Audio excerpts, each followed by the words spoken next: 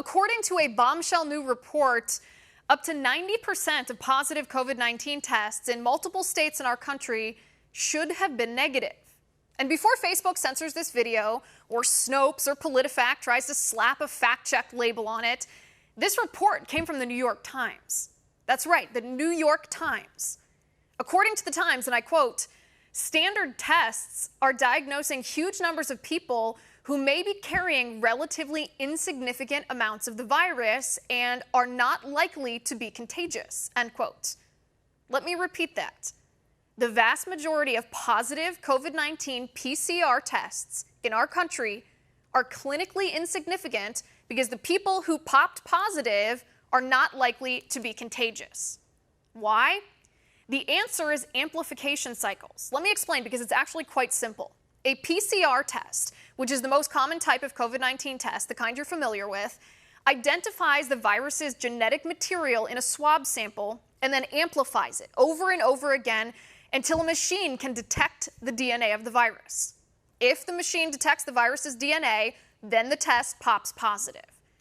But the number of times the genetic material on the swab sample is amplified is hugely important because it correlates to viral load. We're all familiar with the idea that if you get COVID-19 and you're asymptomatic, you likely have a very small viral load in your system. Or conversely, if you get COVID-19 severely, you might have a higher viral load.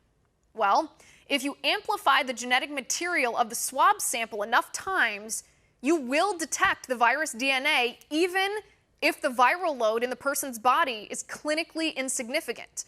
Meaning, even if that person only has traces of the virus in their body, even if they're not symptomatic themselves, even if they're very unlikely to be contagious and transmit the virus to other people. So the New York Times examined COVID-19 testing data from New York, Massachusetts, and Nevada, and found, and I quote, up to 90% of people testing positive carried barely any virus, end quote. This is because the PCR tests for COVID-19 in the United States are using anywhere between 35 and 40 amplification cycles to identify the genetic material of the virus. And many experts agree that anything higher than 30 amplification cycles will result in inactive, dead, or clinically insignificant amounts of the virus being detected, therefore causing the test to show up as positive. In fact, the New York Times claims that of the 45,000 positive COVID-19 tests that happened one day last week, and I quote here, if the rates of contagiousness in Massachusetts and New York were to apply nationwide, then perhaps only 4,500 of those people may actually need to isolate and submit to contact tracing, end quote. So why is this important? Because public health policy, the lockdowns, the quarantines, the travel restrictions, businesses closed, gyms shut down, families prohibited from holding funerals, people not allowed to go to church, that is based on the number of COVID-19 cases in our country. Not the COVID-19 death count, not the infection fatality rate, not the hospitalization rate, not the number of ventilators in use, not the ICU bed capacity. No.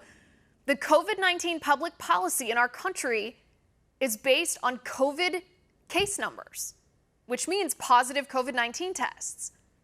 And according to the New York Times report, up to 90% of positive COVID-19 tests should be negative.